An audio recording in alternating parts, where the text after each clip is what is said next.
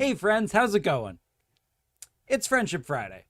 And, like any Friendship Friday, I want to talk a little bit about people, relationships, and how you make them feel. Because I do think that should be the spirit of what we are talking about on these amazing Fridays.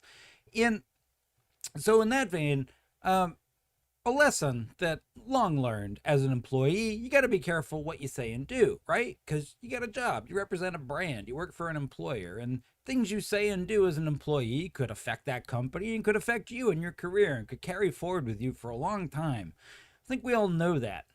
So instead, today, I want to flip that around and say if you own a company or you're an executive at a company that we're going to kind of hand wave and pretend you're effectively ownership, yeah, you also need to pay attention to what you say and do, because not only do you represent a brand, which you may be saying, that's my brand, I don't care. You also represent your employees. And they might care a lot about how you're behaving online. And just to clear it up early on, this video genuinely is not about any one particular thing. I just thought it was something I would talk about. But any behavioral video, if you're watching this and you think I'm actually talking about you, then I am talking about you. And that should be a pretty good indication that you got something to look into there. Let's talk about it.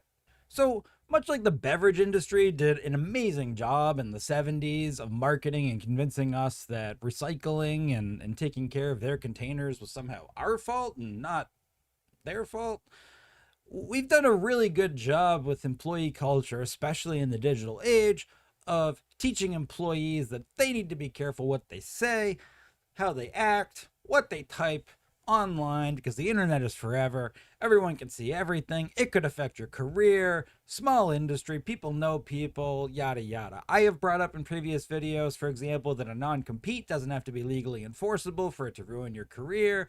We've really hammered home this idea that there's a lot of risk to being an employee, and employees, you should watch your effing mouth.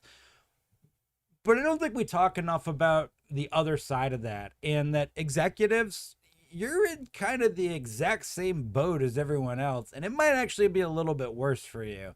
You need to be careful about how you represent yourself online, because besides the fact that it could be harmful to your employees, and we'll talk about that in a moment, it can be a lot more harmful to your brand than you realize. So we're a weirdly small industry. I've talked about this before.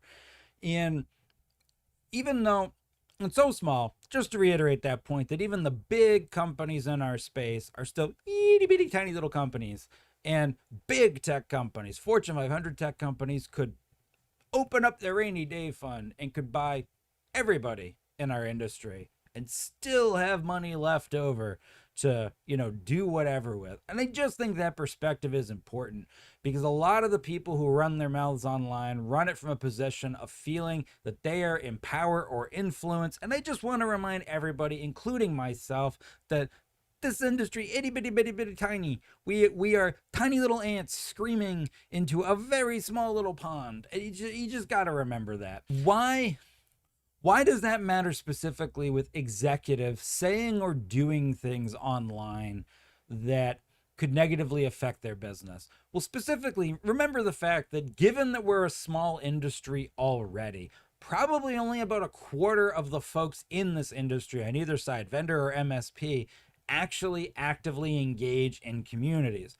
So the total population sample of people that are seeing or hearing you say or do things that are probably not things you should be saying or doing is pretty small. And so everybody kind of knows everything. And everybody kind of knows everybody else. And that means that if you are at all hiding behind that curtain of anonymity, if you're hiding behind that internet curtain of, well, they don't really know who I am, we probably can figure it out pretty easily. It's not too hard. There's not that many of us that actually participate in the channel. So it's super easy to figure out who's saying what, where things are coming from. You're not as anonymous as you think. And for those of you that stamp your name or your company name behind what you're saying, first of all, good for you. I respect that. But also, whoa, it's even worse for you. So if you're an owner or an executive that we've hand waved and we're pretending as an owner as well, you might be saying, well, it's my company. I can say what I want and I'll deal with the repercussions. And fair enough. But people work for you. And a lot of those people that work for you are in those same communities. And some of the people that work for you are pretty well respected. In fact, in some cases, they're probably better known and more respected than you. In, besides the obvious fact that by associating with your brand and your particular version of assholery, it reflects poorly on your employees who don't really have a say in the matter. There's also the fact that your behavior can pretty significantly limit their career options and their ability to navigate and work on your behalf. And I just think you should be aware of that as an owner or an executive. You may or may not choose to change your behavior. This isn't a video trying to get everybody to suddenly hold hands. You say what you got to say, be who you're going to be. Just think there needs to be some intentionality behind it. Because I have a feeling that a lot of the owners and executives that I see saying stuff in some of these groups or forums or Reddit forget that their employees are sitting right there, can see them behaving that way, and that everyone else in the space is also sitting right there and can see them behaving that way. So remember how we mentioned a minute ago that the internet in a small environment like this maybe isn't as anonymous as you thought? Well, that cuts the other way too. There are people in all of these communities that you, Mr. and Mrs. Big Mouth, do not realize are there. There are important people that are more important and more influential than you, people with money, investors, other vendors, partnerships, MSPs, whatever. And some of these folks don't ever talk, so you don't know they're there, but they're there. And they see how you behave. And that subtly affects your ability to basically leverage relationships to move through the channel. And if you kind of get a label for being a piece of shit, well, everybody eventually is going to know that about you.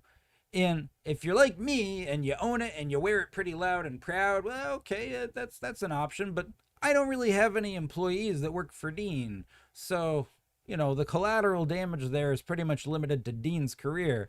But a lot of you do.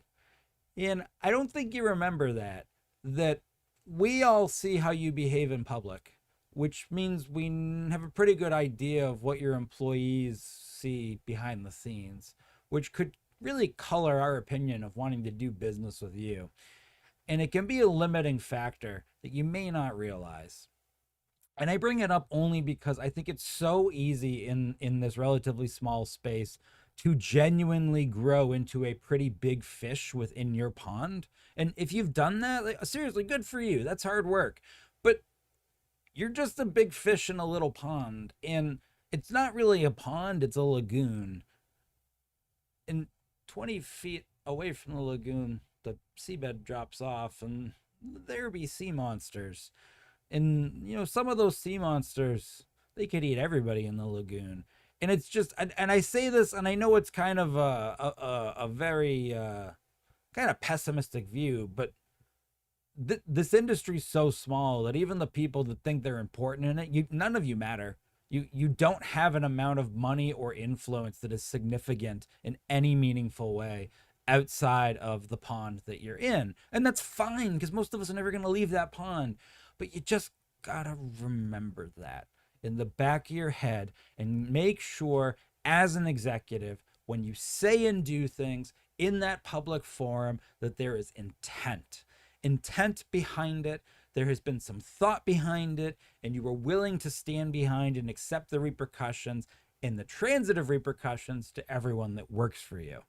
And I get the sense that some of you forget that. We're getting to a world now where we know for the last 20, 30 years that search engines and cookies have pretty much been cataloging and tracking everything that everybody says.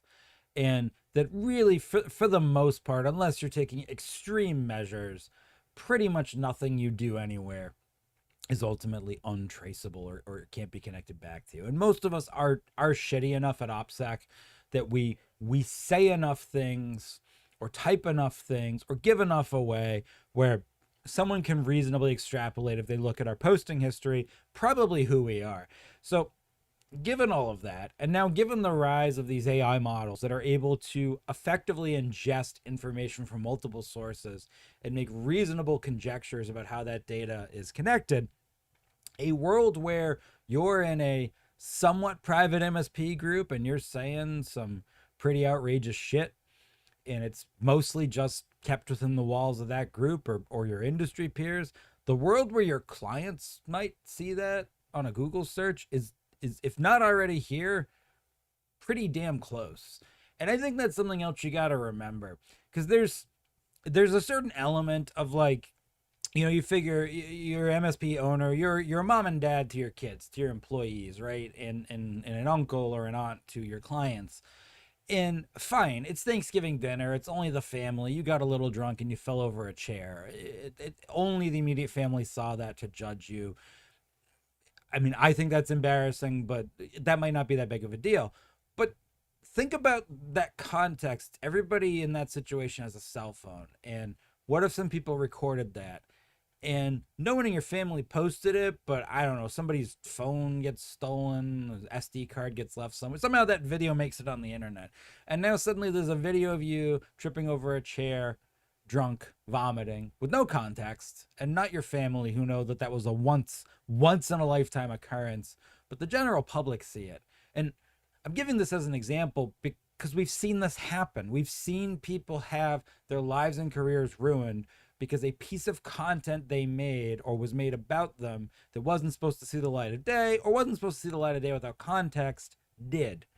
And the thing is, I think we're at a point now where that is a reality for what you type as well, especially in some of these more closed communities, because a lot of the benefits, we have spell check, Grammarly, stuff that alerts us when a particular keyword comes up. The only way these tools work is they monitor everything we type. It has to go somewhere, folks.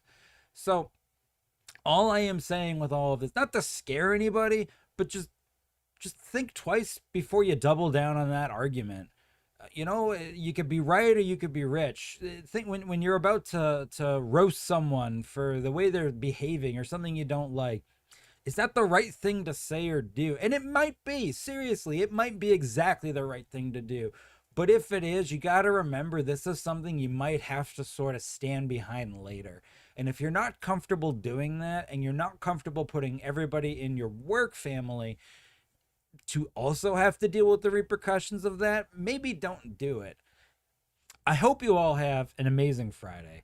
And in that spirit of Friendship Friday, just remember that as that owner, that executive, what you do online has more of an impact for just you and your own brand. Everyone that works for you, everyone that buys from you, and everyone that has a business relationship with you, they can also see and hear what you do and say, and they are affected as well. And specifically in the case of employees don't get a say in the matter.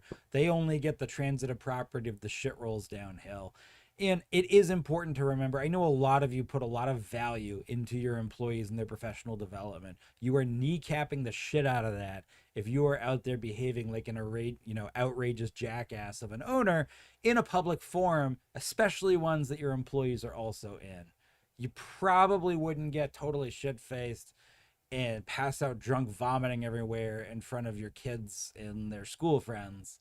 Why are you doing that in front of your employees? It's the exact same thing. It's not very friendship.